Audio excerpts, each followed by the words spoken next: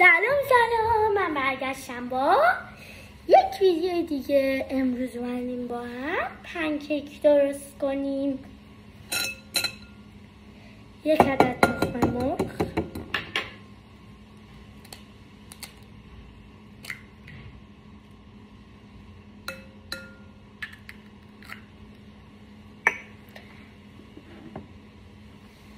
آرد،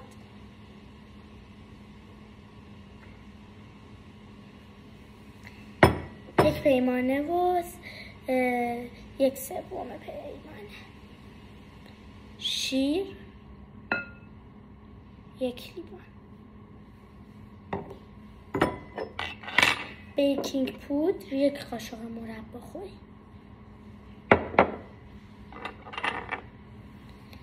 وانیل، یک قاشق چای خوری.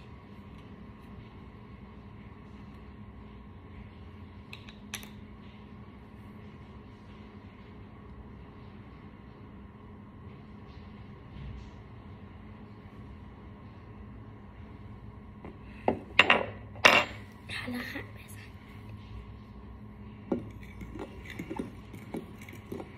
اینقدر باید هم بزنین تا آرد توی شیر قلمبه نشه و مایه یک دست داشته باشه.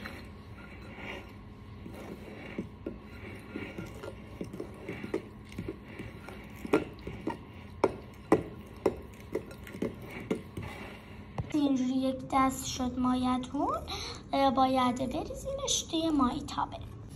حالا بریزین وسط مایتابتون مایتون. همینجوری چند تا پنکیک کوچولو درست کنیم.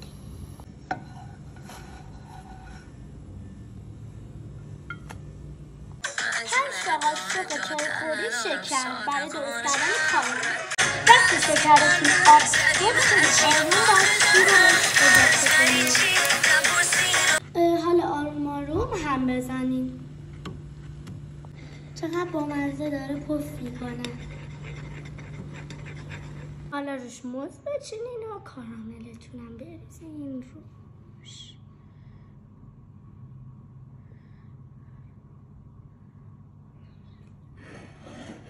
و نوش جان کنین.